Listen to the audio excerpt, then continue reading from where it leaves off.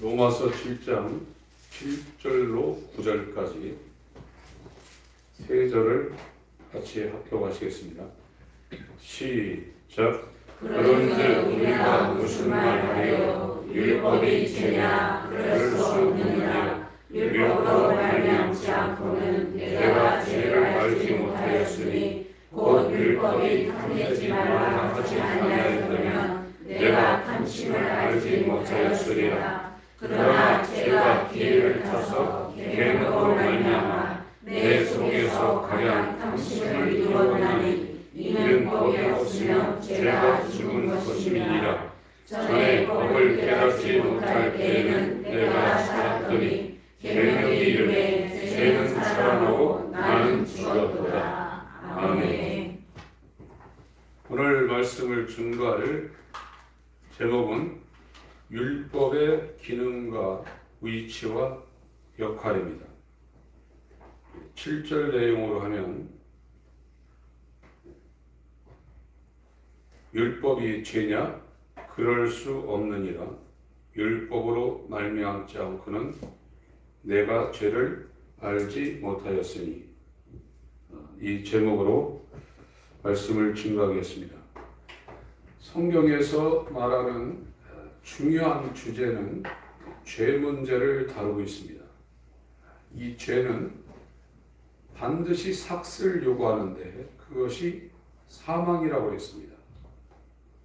죄를 눈 감아 주고 넘어가는 것이 아니라 죄는 반드시 삭시 있는데 그게 사망이라고 말하고 있습니다. 그래서 이 죄 문제를 인간 편에서는 해결할 수가 없거든요. 그것을 알려주는 것이 율법입니다. 이 바울 사도는 빌립보 3장에 자기를 고백을 했는데 율법으로는 흠이 없는 자라고 말하고 있어요. 자기는 죄와 상관없이 살았던 자라고 말했는데 여기 지금 로마서 7장에 와서는 탐심이라는 것이 죄인 줄 알았다는 거예요. 다베섹 도상에서 하나님의 의가 이 마음에 비치니까 이 탐심이 행동하는 죄보다도 더 죄가 된다는 걸 알았다는 겁니다. 율법이 살아나지 못하면 저와 여러분들은 계속 살아서 이 땅을 평생 살 수밖에 없어요. 율법이 죽어 있는 거예요. 지금 이 로마서는 믿음으로 의로워진다는 겁니다. 사람이 착하게 살고 하나님 말씀을 순종을 해서 의로워진다는 말씀을 하고 있지 않습니다. 믿음으로만 의로워진다는 거예요. 또 아무리 하나님 말씀을 율법대로 지키고 산다 해도 그 사람이 거룩해질 수가 없다는 거예요. 그 두 가지를 이 로마서를 통해서 사도 바울이 자기의 체험적인 것을 곁들여서 저와 여러분들에게 증거하고 있는 겁니다. 의롭지 아니하면 저와 여러분들은 영생에 못 들어갑니다. 반대로 어디로 가냐? 멸망당합니다. 요한복음 3장 16절에 독생자를 주었으니 저를 믿는 자마다 멸망치 않고 영생을 얻게 하려 하심이라고 했어요. 영생 아니면 멸망. 그것이 저와 여러분의 이 썩어질 육신의 장막을 벗어나는 순간에 우리 앞에 딱 두 길이 있는데 영생으로 갈 것이냐 멸망으로 갈 것이냐 결정된다는 거예요. 그러나 의인만이 영생으로 들어가지 죄인은 시편 1편에 의인의 회중에 들어가지 못한다고 말하고 있습니다. 그래서 의인이 누구냐? 악인의 꾀를 죄인의 길에 오만한 자의 자리에 앉지 않냐고 오직 하나님의 말씀을 즐거워한다고 했어요. 하나님 말씀을 즐거워해서 그 말씀을 주야로 묵상하는 자가 의인이라고 했어요. 저와 여러분들이 교회 다닌다고 의인이라고 성경이 인정해 주거나 그걸 확인해 주지 않습니다. 우리가 예수 그리스도와 연합해서 하나님으로부터 칭의를 받고 하나님의 능력으로 말미암아 우리가 세상을 버리고 거룩한 삶, 성화의 삶을 살고 있다 그러면 악인의 꾀나 죄인의 길에 서지 않고 오만한 자의 자리에 앉지 않고 하나님의 말씀을 즐거워해서 이걸 주야로 묵상하게 돼 있어요. 예배 때 예배 나오고 공예배 때 예배 나오고 가끔 교회에서 무슨 행사한다 그러면 영적 생활하는 게 아닙니다. 완전히 삶의 이 환경이 완전히 달라진 거예요. 그 사람 안에서 본성이 세상을 뒤로하게 돼 있고 하나님을 추구하게 돼 있고 하나님의 의를 닮으려고 몸부림치게 돼 있어요. 생명이 달라져 버린 겁니다. 바울도 자기가 빌보 3장에는 죄와 상관없는 의로운 자인 줄 알았는데 하나님의 의인 이 율법이 자기 심령 가운데 계시가 되니까 탐심이 죄인 줄 알았어요. 탐심이 죄라고 생각 안 합니다. 모든 사람들은 행동으로 범죄한 걸 죄라고 그러지 자기 속에서 일어나는 그런 악한 생각이라든지 상상이라든지 어떤 이미지라든지 이런 게 떠오를 때 죄라고 생각하지 않아요. 율법을 하나님이 저와 여러분한테 준 것은 어떤 행동을 제어하는 것이 아니라 정신을 말하고 있습니다. 그 마음을 말하고 있는 겁니다. 그래서 율법이 기능을 못하니까 예수 그리스도에게로 안 가는 거예요. 갈 수가 없습니다. 율법이 작용을 못하는 겁니다. 오늘날 기독교가 왜 세상한테 손가락질 당하냐? 교회에 다니는 사람이나 안 다니는 사람 거기에 솔직히 말해서요. 만약에 저와 여러분이 예수 그리스도의 생명과 연합해서 천국에서 온 그 생명을 산 위에 있는 동네처럼 등경 위에 불을 밝히는 등불처럼 빛과 소금으로 이 어두운 세상에 우리의 삶을 통해서 내비쳤다고 그러면 왜 안 오겠어요? 오히려 더 악합니다. 교회 다니는 사람이. 누가 교회 갑니까? 니나 잘해라 그러죠. 로마서 7장 7절입니다. 오늘 말씀을 드릴 내용은 7절입니다. 7절 읽습니다.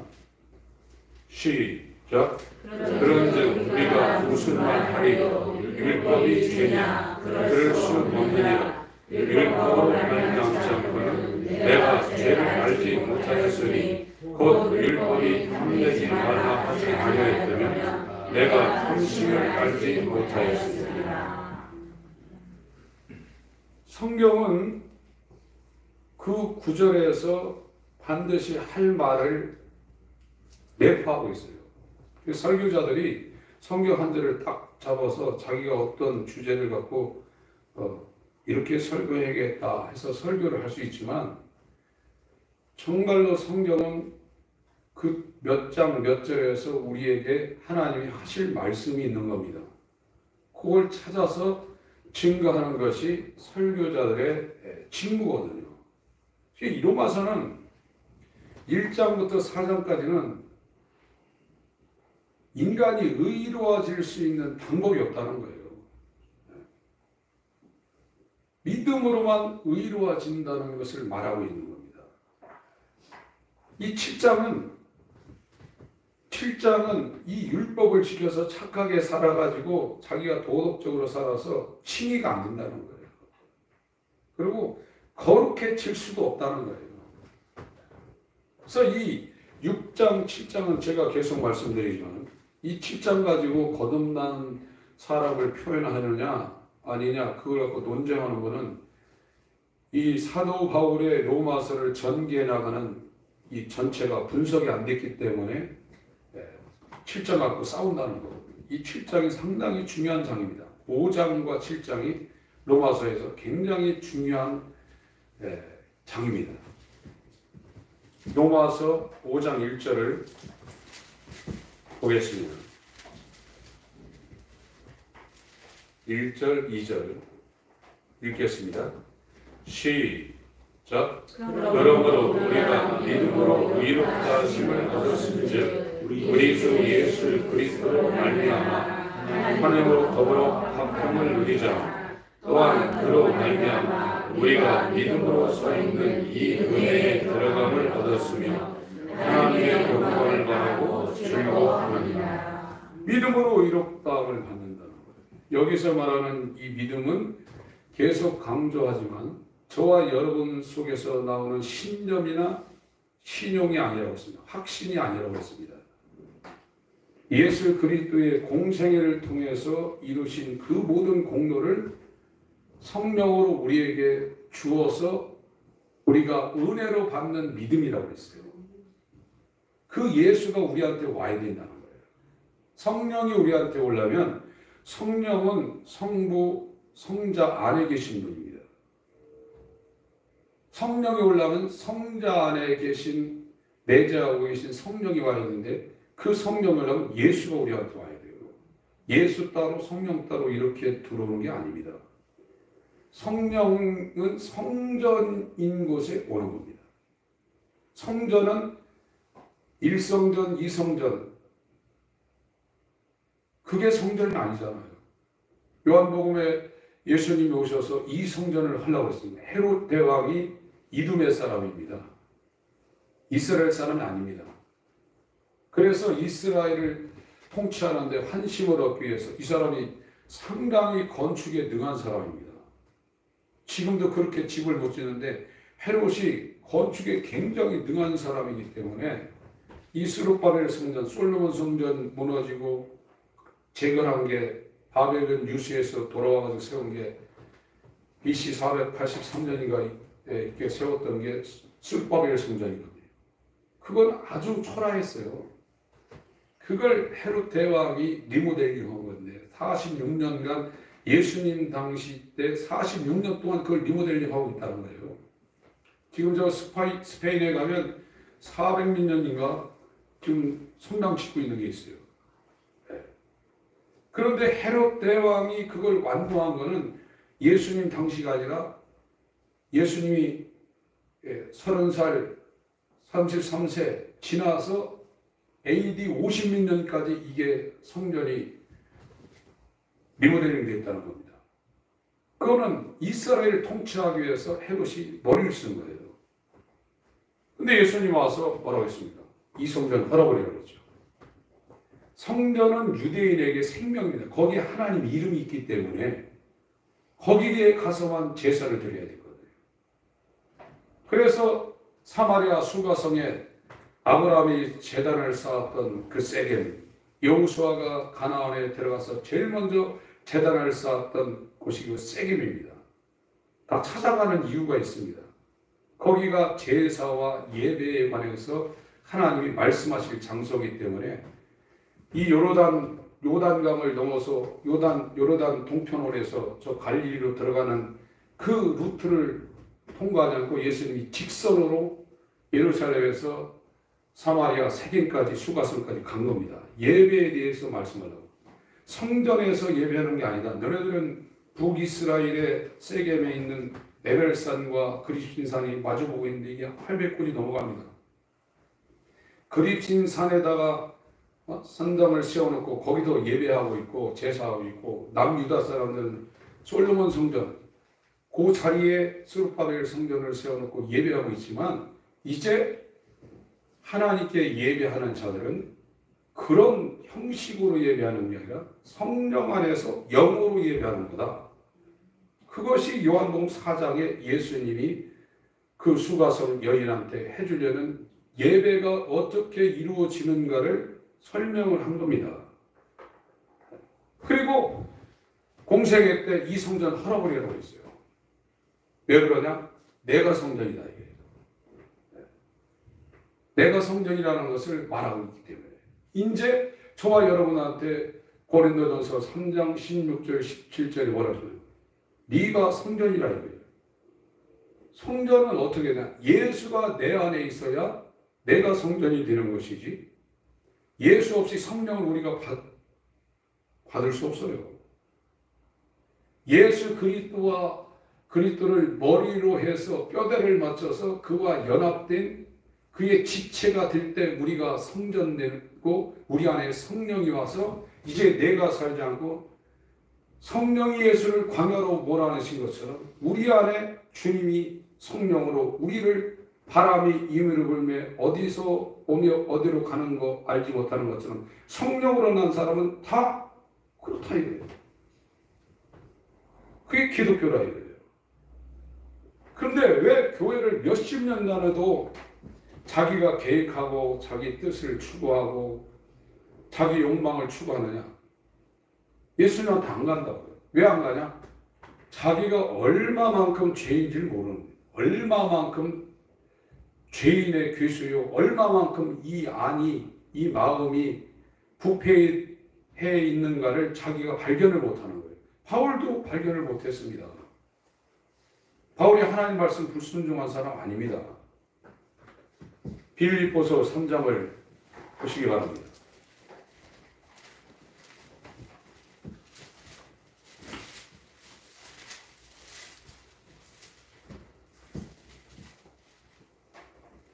정말로 나의 형제들아 주 안에서 기뻐하라. 너에게 같은 말을 쓰는 것이 내게는 수고로움이 없고 너희에게는 안전하니라. 개들을 삼가고 행악하는 자들을 삼가고 손할례당을 삼가라. 손할례당 율법주의죠. 하나님의 성령으로 봉사하며 그리스도 예수로 자랑하고 육체를 신뢰하지 아니하는 우리가 할례다.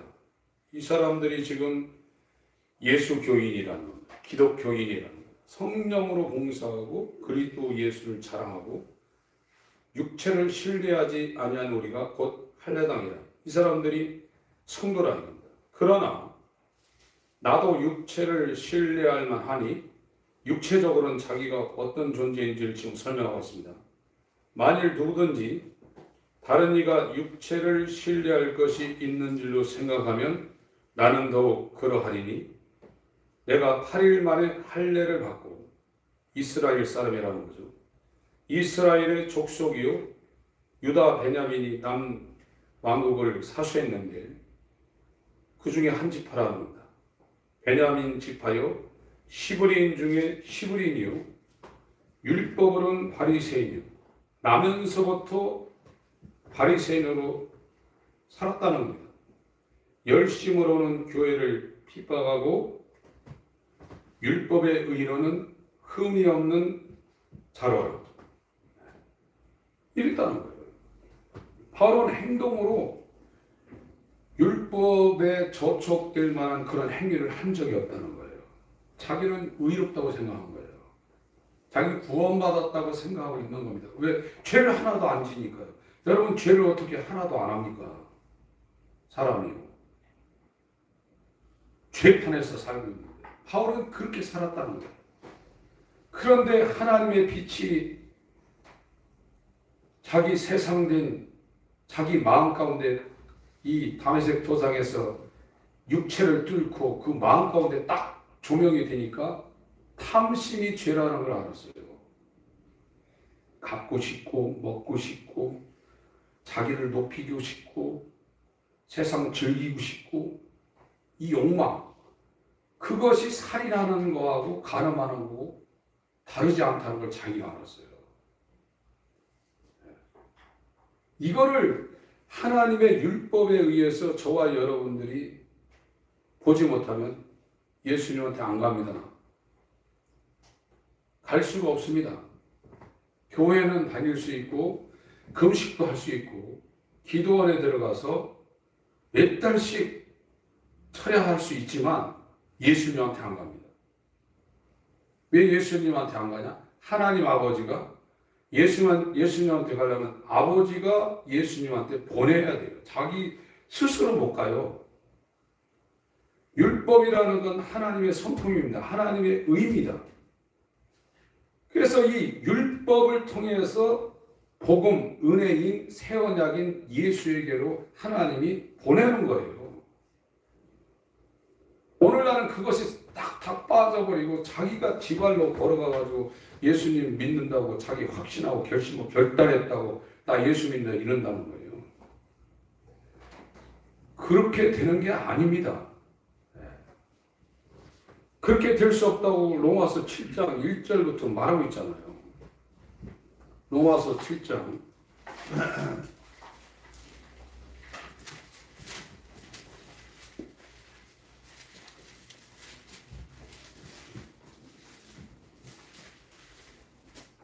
지금 회개와 회심을 하시는 분들은 자기가 하고 있지만 하나님이 그 사람에게 역사하고 있는 거예요. 자기 스스로 할 수 있는 게 아닙니다. 그 길을 계속 가다 보면요, 이제 마음이 아리게 돼 있어요. 마음이 아리고 마음이 막 상하고 마음으로 간절하게 되는 어떤 지점에 이르게 돼 있어요. 그 전에는 왜 안 되지? 막 이렇게 고민하다가 그 길을 계속 가다 보면 이제 마음이 막 아리게 돼 있어요. 마음이 간절. 우리나라 말 간절이라고 해요. 간절. 간이 절인다는 거거든요. 그게 막 되게 이것이 급속하게 되는 사람이 있고 천천히 되는 사람이 있고 그건 하나님의 섭리 가운데 되는 거예요. 그래서 절대 여러분들 실망하지 마세요. 왜 나는 안 되지? 존 버년 같은 사람은 18개월 동안 막 TV 구멍에다가 자기 머리 박고 다 알거든, 교리적으로. 교리적으로 다 알아도 자기 마음이 안 되니까 TV 똥에다 자기 머리 박고. 여러분 TV 아세요? 네. 소똥, 돼지똥 그거 갖다 쌓아놓으면 막 거기서 얼마나 발효가 잘 되는지요. 거기 여러분 기렁이 것도 별게 다 있습니다. 그러니까 안 되니까 번연이 그 정말 똥이 썩어가지고 발효가 된 거기다 갖다 자기 머리를 집어넣었죠. 얼마나 고민을 많이 했으면 그러게 했어요. 그런데 이 과정을 다 빼버렸어요. 그냥 예수를 그냥 믿어버리는 거예요. 그렇게 안 된다고 지금 로마서 7장에 사도 바울이 이야기하고 있잖아요. 7장 1절 형제들아 내가 법하는 자들에게 말하노니 율법입니다. 너희는 율법이 사람의 살 동안만 그를 주관하는 줄 알지 못합니다. 율법이 사람이 살아있으면 그 사람이 살아있으면 그 사람을 끌고 다닌다는 거예요. 끌고 예수한테로 가는 게 아니라 율법 아래다 두고 아주 그냥 그 사람을 주관하고 있다는 겁니다. 살아있으면 남편 있는 여인이 그 남편 생전에는 법으로 그에게 매인받으나 만일 그 남편이 죽으면 남편의 법에서 벗어나는 율법과 복음을 비유하기 위해서 지금 비유를 하고 있는 겁니다. 그러므로 만일 그 남편 생전에 다른 남자에 가면 음부라. 이르되 남편이 죽으면 그 법에서 자유케 되나니 다른 남자에 갈지라도 음부가 되지 아니하느니라. 4절 읽습니다.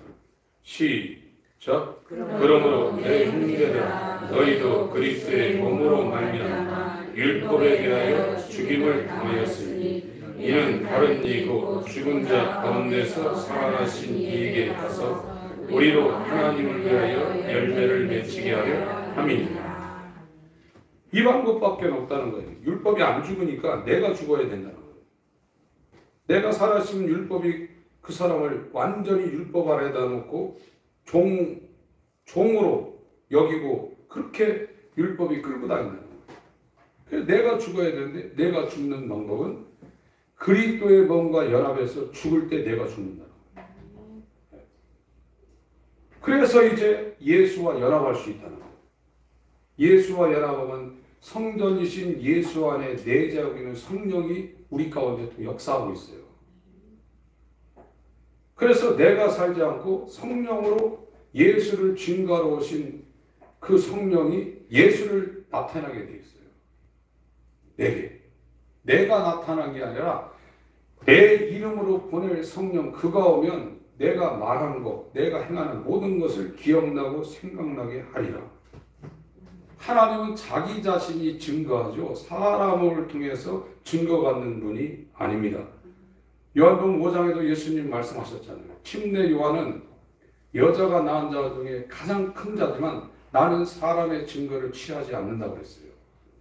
8장 18절 아버지가 나를 증거하시고 내가 나를 증거하고 14장 26절 15장 26절 성령이 오면 그가 나를 증거한다고 했어요. 사람이 어떻게 하나님을 증거합니까?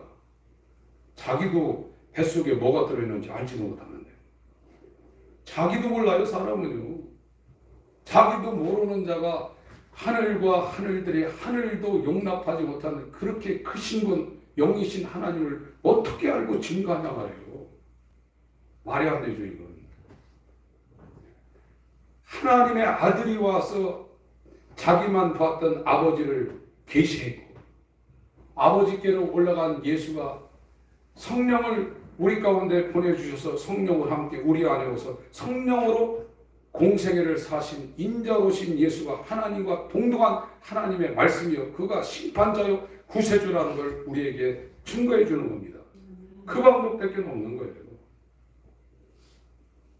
우리의 지혜나 지식으로 되는 게 아닙니다. 그래서 이 로마서는 인간이 아무리 노력해도 의롭게 될 수 없고 율법으로는 율법을 아무리 지켜도 거룩하게 될 수 없다. 그 두 가지예요.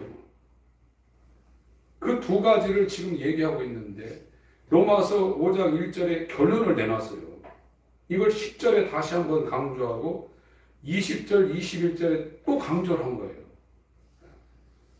그걸 가지고 이제 6장, 7장을 설명해 놓고 로마서 5장 20절, 21절에서 로마서 8장 4절을 그냥 가버리는 겁니다. 로마서 5장 10절을 보시면 10절 로마서 5장 10절 시작 곧 우리가 원수 되었을 때 그 아들의 죽으심으로 말미암아 하나님으로부터 화목되었은즉 화목된 자로서는 더욱 그의 살으심을 인하여 구원을 얻을 것이니라. 중간에 한번 짚었어요. 그리고 20절 21절에 다시 한번 결론을 내고 있습니다. 20절 21절 시작 율법이 가입한 것은 범죄를 더하게 하려 합니다.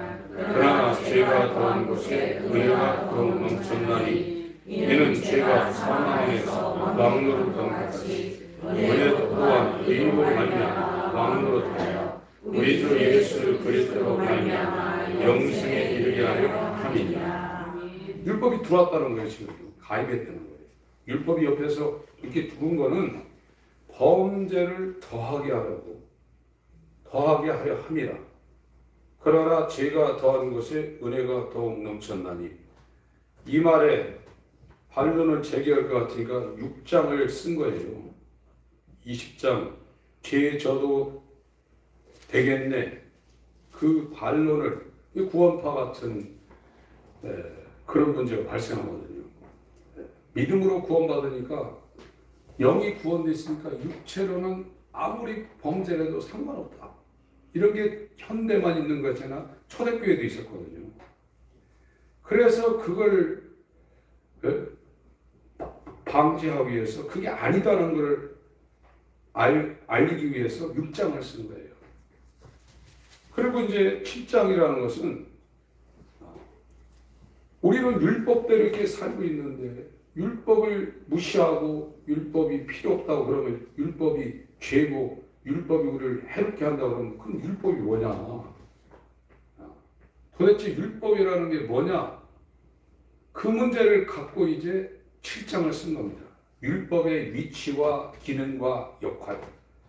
율법을 하지 않고는 죄가 뭔지를 죄의 본질과 그 효능과 그 능력이 뭔지를 모른다는 거예요. 율법이 굉장히 중요한 거라는 겁니다. 자기도 율법이 탐내지 말라 아니하였다면 탐심이 죄인 줄 자기도 몰랐다는 거예요. 여러분 우리가 양심이 있기 때문에 이 하나님의 율법의 정죄를 안 받아도 내가 죄를 지면 양심이 그 사람을 재판합니다. 잘못했구나 하고 양심이 저촉을 받고 그러죠. 그런데 상상으로, 연상으로, 생각으로, 마음으로 한 거에 대해서 여러분 양심이 정죄를 합니까? 양심도 그냥 넘어가요. 하나님의 율법은 양심보다 더 강력한 겁니다. 여기에서 아무도 빠져나갈 수가 없다는 거예요. 이걸 지금 이론으로 이제 회개하시는 분들은 이론으로 갖고 있어요. 아, 진짜 살인하는 것보다 내가 누구를 미워하는 게 죄라는 질량이 똑같구나. 그런데 여러분 누구 죽여보세요. 교통사고 한번 내서 누구를 교통사고로 치사해가지고 그 사람이 숨이 끊어졌다고 생각해요. 트라우마 있습니다. 그런데 하루 종일 막 일을 가고 일을 버득버득하고 미워해도요 트라우마 없어요. 죄라고 생각 안 해요. 율법이 그 사람한테 죽어있는 거예요. 자기가 살아있는 거예요. 근데 율법이 하나님의 빛에 의해서 그 사람 가운데 살아있으면 자기가 죽어버린다는 거예요. 이 율법이 그 사람 가운데 살아있지 않으면 절대로 그 사람은 율법에 끌려가지고 예수님한테 못 간다는 거예요. 지금 현대 교회 문제가 여기에 있는 겁니다. 요한복음 6장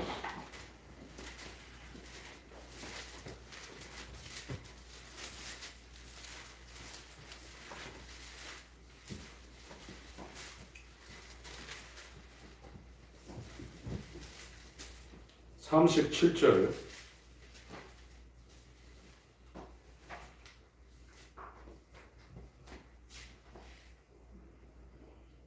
37절부터 40절까지 읽습니다. 시작. 아버지께서 내게 주시는 자는 다 내게로 올 것이요 내게 오는 자는 내가 결코 내어주지 아니하리라. 내가 하늘로서 내려온 것은 내 뜻을 행하려 함이 아니요 나를 보내신 이의 뜻을 행하려 함이니라. 나를 보내신 이의 뜻은 내게 주신 자 중에 내가 하나도 잃어버리지 아니하고 마지막 날에 다시 살리는 이것이니라. 내 아버지의 뜻은 아들을 보고 믿는 자마다 영생을 얻는 이것이니 마지막 날에 내가 이를 다시 살리리라. 예수님은 아버지가 자기에게 보내는 자 하나도 안 잃어버려요. 아버지가 예수한테 이 율법 하나님의 성품을 그 사람한테 빛으로 계시해서 자기가 도저히 구원받을 수 없는 자기 노력이나 자기 어떤 훈련이나 자기 개인적인 어떤 힘을 가지고 도저히 구원 불가능하구나. 100% 지옥 가겠구나. 그럼 구원받는 방법이 뭐냐? 구세주 예수와 연합하는 방법 위에는 없더라. 그러니까 죄가 뭔지를 모르면 구원교리가 뭔지도 모르는 거예요. 구세주를 추구하지 않습니다. 사도행전 2장 36절에 죽은 자 가운데서 예수를 살렸는데 주인과 그리스도가 되게 했다는 거거든요. 주인이 돼야 그 예수가 구세주가 된다는 거예요. 죄를 모르니까 구세주를 앙망하지 않는 거예요. 자기가 구원받는 걸 그냥 자기가 믿어서 자기 믿음으로는 구원 못 받습니다. 그건 하나님이 인정하지 않습니다. 평생 동안 수도원에 들어가서 금욕한다고 해서 그 사람 변하는 게 아니에요. 자기 생명 그대로 갖고 있는 거예요. 하나님의 생명이 아들이 있는 자에게 생명이 있고 아들이 없는 자에게 생명 없다고 그랬어요. 그런데 이 예수의 생명을 누가 갈망하며 나 이제 왔으니 내 집을 찾아 주님을 갈망하며 상한 심령으로 예수여 당신이 내 왕이 되어주시고 내 주인이 되어주시고 내 임금이 되어주옵소서. 나는 영원히 당신의 노예로 살기를 정말로 갈망합니다. 이렇게 심령 깊숙한 곳에서부터 우러나는 기도를 누가 하냐? 율법에 의해서 자기가 얼마나 죄인인지를 깨닫는 자가 이제 그쪽으로 돌리는 거예요. 자기를 버리게 돼 있어요. 그리고 세상을 추구할 생각을 버리게 돼 있어요. 그렇다고 아무것도 하지 말라 그건 아닙니다. 우리가 땅에 발을 디디고 있기 때문에 먹을 것도 먹어야죠. 욕심 부리지 말라는 거예요. 최소한의 삶을 살고 정말로 하나님을 즐거워하며 베드로전서에 이 베드로 사도가 죽기 직전에 쓴 베드로 전후서인데 본도 갑바도기아 비두니아 그쪽에 사는 그 나그네로 사는 그 정말 택함받은 성도들에게 너희가 예수를 보지 못했으나 진정 사랑합니다 그랬습니다. 그게 아가페입니다. 이 땅의 에로스나 스트루게나 필레오가 아닙니다. 하나님의 사랑으로 사랑한다는 거예요. 율법의 강령이 뭡니까? 행동을 저지하는 것도 있지만 마태복음 22장 37절부터 39절까지 첫 계명은 마음을 다하고 뜻을 다하고 성품을 다하고 목숨을 다하여 주 너희 하나님을 사랑하고 둘째 계명은 네 이웃을 네 몸처럼 사랑하라는 거예요. 그게 율법의 강령이라 이거예요. 그런데 행동만 규제하는 것으로 바울도 끝났단 말이에요. 율법도 인간의 마음을 조준하고 있는 겁니다. 하나님을 향한 인간의 마음을 율법도 겨냥하고 있는 겁니다. 그런데 율법을 잘 지킨다고 생각했던 바울도 율법이 뭔지를 몰랐던 거예요. 6장 44절 44절부터 46절까지 보시면 요한복음 6장 44절부터 46절까지 시작. 나를 보내신 아버지께서 이끌지 아니하면 아무라도 내게 올 수 없으니 오는 그를 내가 마지막 날에 다시 살리리라. 선지자의 글에 저희가 다 하나님의 가르치심을 받으리라 기록되었은즉 아버지께 듣고 배운 사람마다 내게로 오느니라. 이는 아버지를 본 자가 있다는 것이 아니라 오직 하나님에게서 온 자는 아버지를 보느니라. 아브라함도 하나님 봤고 모세도 봤고 많이 봤는데 예수님은 아버지를 본 자는 자기 혼자밖에 없다고 1장 18절에도 분명히 말씀했어요. 아버지만 나를 알고 나만 아버지 안다고 마태복음 11장에도 분명히 말씀했어요. 아버지가 이끌어서 예수에게로 보내자는 아무도 못 온다는 거예요. 그것이 율법이 하는 역할입니다. 또 한 군데 또 말씀하고 계시죠.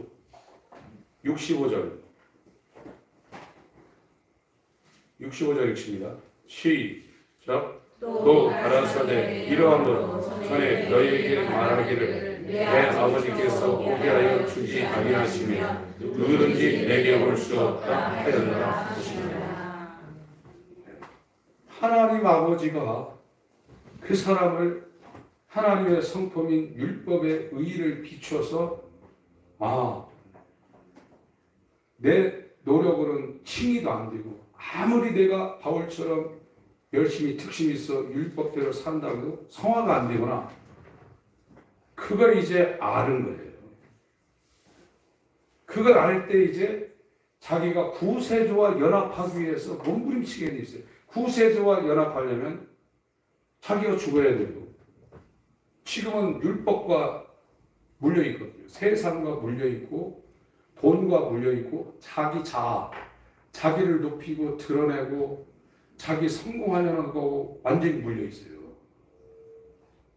그렇게 되면 예수라는 신랑과 연합이 안 된다고 로마서 7장 1절부터 6절까지 말하고 있거든요. 그래서 돌이켜 비컨버티드 어린아이같이 자기를 낮추지 않으면 아무도 천국 못 들어간다고 마태복음 18장 1절부터 말하고 있습니다. 사람이 똑똑해서 하나님이 그 사람한테 알려주는 게 아닙니다. 그러면 예수님이 바리새인, 사두개인, 율법학자, 서기관, 장로들, 사내들인 공의원 다 뽑아가지고 12제자 만들었지. 보리 한 대에 붕어 3마리요. 밀 한 대에 잉어 2마리요. 고기장을 왜 그렇겠어요? 너희 택하심을 보라. 문벌 있는 자가 있느냐. 똑똑한 자가 있느냐. 그런 데서 일정이 말하고 있잖아요. 어린아이 같이 영적으로 죽어있고 나는 어떤 일을 해도 하나님을 대적하는 죄인의 뇌의 괴수라는 걸 그 사람 인정하고 하나님 앞에 자기를 완전히 낮춘 자에게 하나님이 하향 계시하는 겁니다. 하나님이 자기 자신을 나타내 보이는 겁니다. 그 사람이 이제 예수 그리스도가 누군지 알고 그 안에서 예수님이 사랑하는 자요 기뻐하는 자인 그 예수 그리스도의 마음을 가지고 이 땅에서 아버지의 영광을 위해 사는 거예요. 그게 기독교예요. 기독교가 아닌 건 자기를 위해 사는 겁니다. 자기 영광, 자기 목적, 자기 계획, 자기 뜻. 그게 사단적인 거예요. 해보세요, 여러분. 돈 많이 벌고 성공해보세요. 여러분 이제 나이 들면 골수 빠지고 힘 빠지고 더 이제 문제가 되면 자식들도 이제 여러분 고려장합니다. 옛날엔 지게에다 산소 갖다 놨지만 요양병원에 다 보냅니다. 부모는 자식이 정신 지체고 죽어 나자빠져도 끝까지 가슴에 끌어안고 그를 책임지지만 자식은 그럴 사람 별로 없습니다. 그 많은 돈, 그 많은 힘, 그 많은 명예가 뭐예요? 허망한 거예요, 인간이요. 아무리 성공하고 자기 목적을 따라 해도 적신으로 왔다 적신으로 가는 거예요.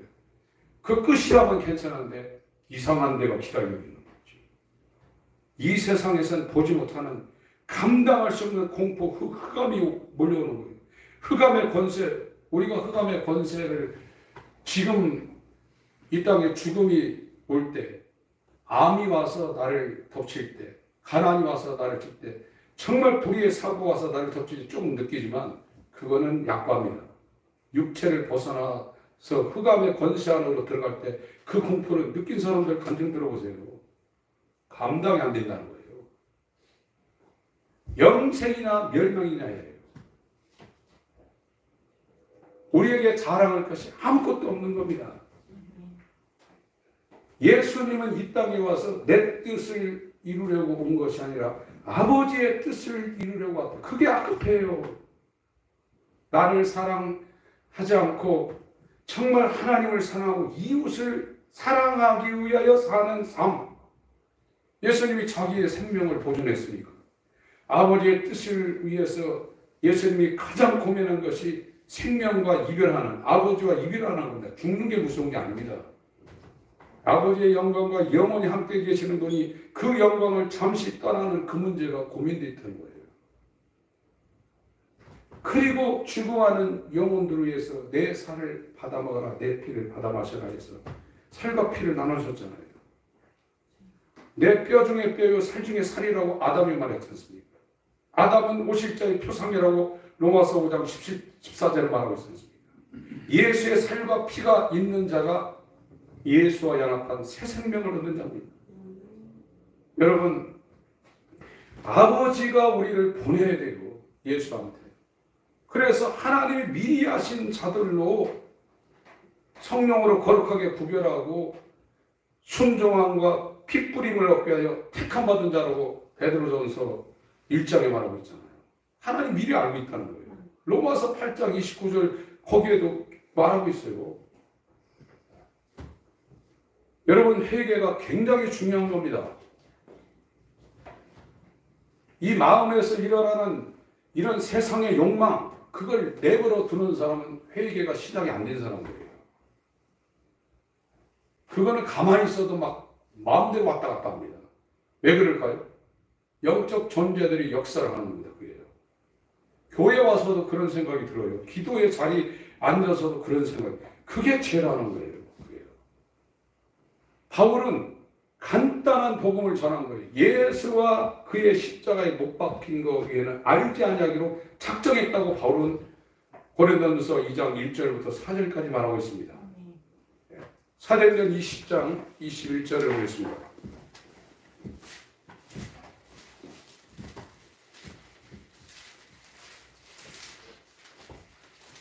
사도행전 20장 내가 17절부터 읽겠습니다. 3차 전도 여행을 마치고 이제 예루살렘에 올라가서 결박당해서 2년 있다가 가이사라로 내려와가지고 또 2년 감금된 상태로 있다가 이제 배 타고 구부를 통과해서 크레테 섬을 통과해가지고 로마로 합성되기 직전에 지금 사도 바울이 이 밀레도의 에베소 장로들을 지금 청해서 오게 하는 장면입니다. 바울이 밀레도에서 사람을 에베소로 보내어 교회 장로들을 청하니 오매 저희가 말하되 아시아에 들어온 첫날부터 이 지금 아시아는 터키입니다. 로마에서 볼 때 터키를 아수르라고 불렀습니다. 아시아.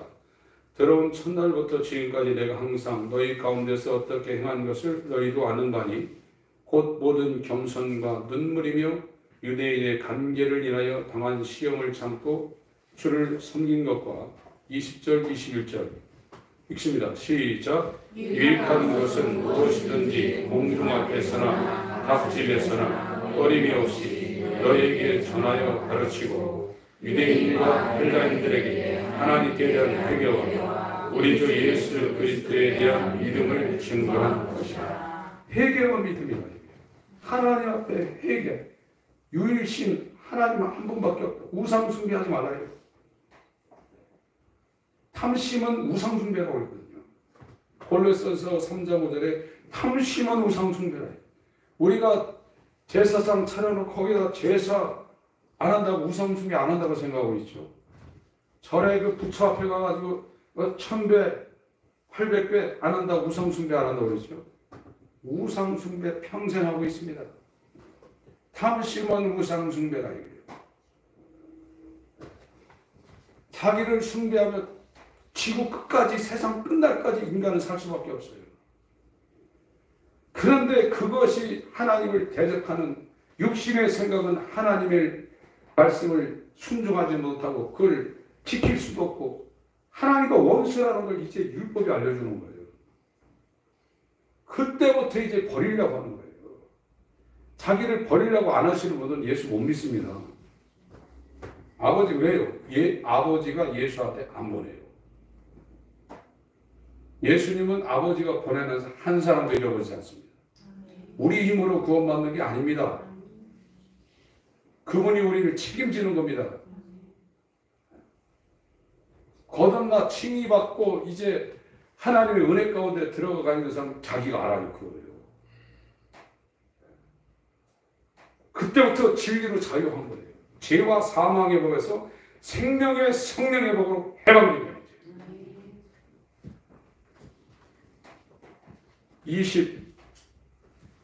21절 읽습니다. 시작. 유대인과 헬라인들에게 하나님께 대한 회개와 우리 주 예수 그리스도에 대한 믿음을 증거하는 것이다. 이게 설교예요. 이거 내용 안 하면 설교 아닙니다. 말씀을 증거한 거 아닙니다. 영화 봐도 노래만 들어도 울고 웃길 수 있고 시원할 수 있어요. 그러나 그 인간의 감정에 속한 겁니다. 그건 얼마 있으면 다 사라져요. 영적인 것은 영원합니다.